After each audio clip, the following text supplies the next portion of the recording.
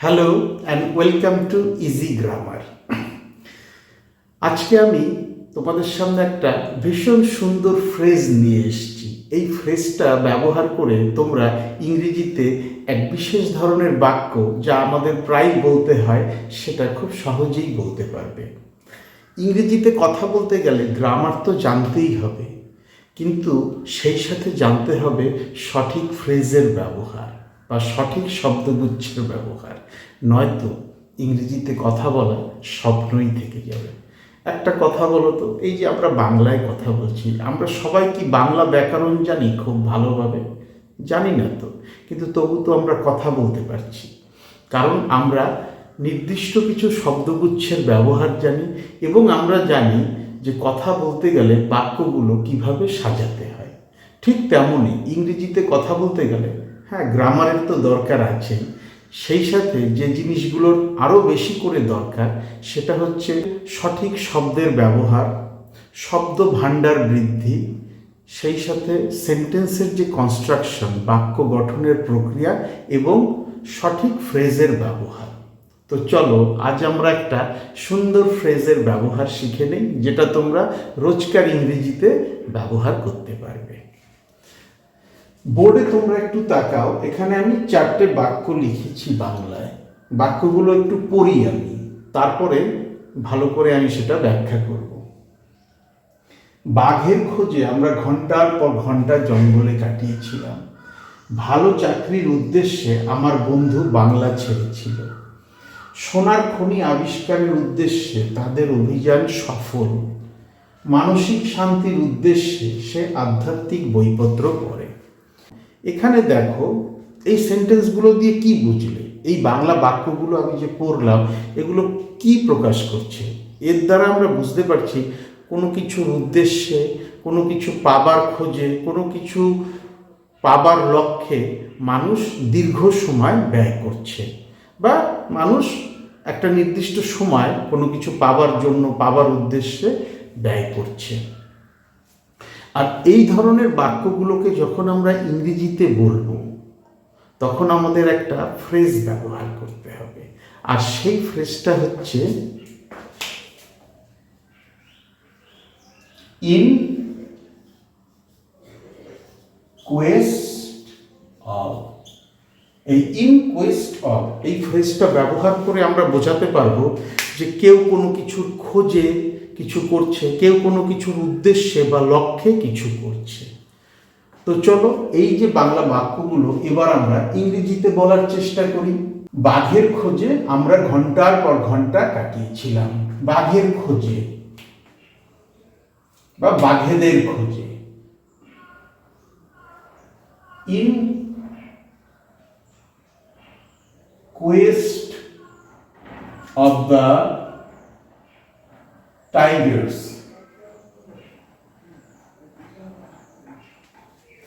আমরা, উই, কাটানো ইংরেজি হচ্ছে স্পেন্ড, কাটানোর ইংরেজি হচ্ছে স্পেন্ড। আর যেহেতু এখানে রয়েছে কাটিয়েছিলাম, তাহলে স্পেন্ডের পাস্ট টেন্স আমাদের ব্যবহার করতে হবে। স্পেন্ডের পাস্ট টেন্স হচ্ছে স্পেন্ড। টাকা পয়সা খরচ করার ক্ষেত্রেও কিন্তু আমরা স্পেন্ড শব্দটা ব্যবহার করি। উই স্পেন্ড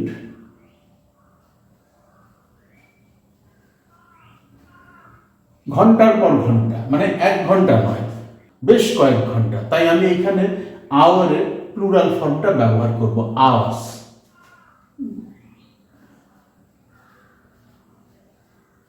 কোথায় কাটিয়েছিলাম? ইন জঙ্গল। অথবা তোমরা ইন জঙ্গলের জায়গায় ইন দ্য উডস সেটাও ব্যবহার করতে পারো। সেকেন্ড সেন্টেন্সটা, ভালো চাকরির উদ্দেশ্যে আমার বন্ধু বাংলা ছেড়েছিল। বাংলায় ভালো চাকরি নেই তার মনে হয়েছে, তাই সে বাংলা ছেড়ে চলে গিয়েছিল। ভালো চাকরি উদ্দেশ্যে, তো প্রথম যে সেন্টেন্সটা তাতে আমাদের ফ্রেজটা হচ্ছে ইন কোয়েস্ট অফ, খোঁজে। এবার উদ্দেশ্যে, একটি ভালো চাকরির উদ্দেশ্যে। In Quest of a decent job, decent job, আমার বন্ধু, মাই ফ্রেন্ড ছেড়ে দিয়ে গিয়েছিল, লিভ মানে ছেড়ে যাওয়া, লেফট মানে ছেড়ে গিয়েছিল।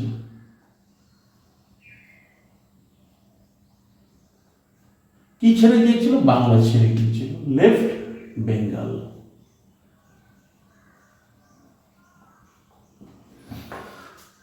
সোনার খনি আবিষ্কারের উদ্দেশ্যে তাদের অভিযান সফল।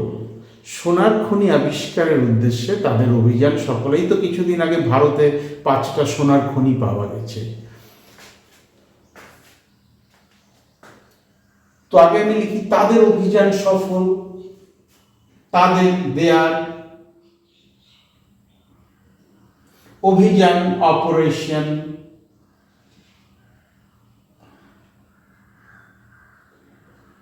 তাদের অভিযান হয় সফল, ইজ সাকসেসফুল।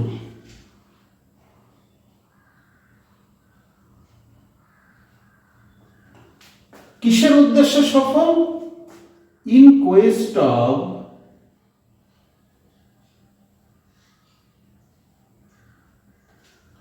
সোনার খনি, সোনার খনি আবিষ্কারের উদ্দেশ্যে, আবিষ্কার, in Quest of discovering,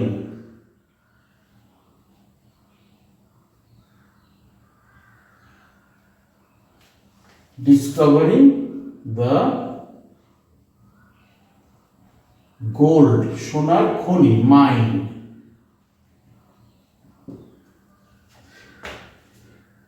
Their operation is successful in quest of discovering the gold mine. সোনার খনি আবিষ্কারের উদ্দেশ্যে তাদের অভিযান সফল। তাহলে আমরা দেখছি ইন কোয়েস্ট অফ কোনো কিছুর উদ্দেশ্যে বা লক্ষ্যে বোঝাতে আমরা সেন্টেন্সে ব্যবহার করতে পারি। মানসিক শান্তির উদ্দেশ্যে সে আধ্যাত্মিক বইপত্র পড়ে। আধ্যাত্মিক বইপত্র পড়লে কি হয় জানো তো? আধ্যাত্মিক বইপত্র পড়লে মনে প্রশান্তি আসে। এই যে পার্থিব যাবতীয় জিনিসপত্র, ভোগ, কামনা, বাসনা, লালসা, এগুলো থেকে একজন ব্যক্তি নিজেকে অনেকটা দূরে নিয়ে যেতে পারে। তাই মানসিক শান্তির উদ্দেশ্যে সে আধ্যাত্মিক বইপত্র পড়ে। তো কি লিখবো আমরা? He reads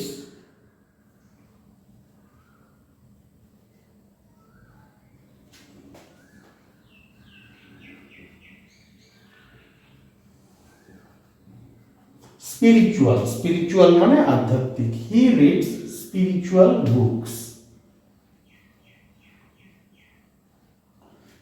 in Quest of, কিসের উদ্দেশ্যে?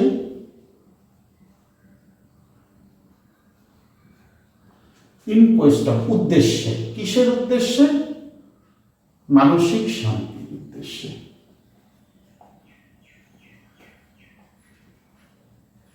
Mental peace.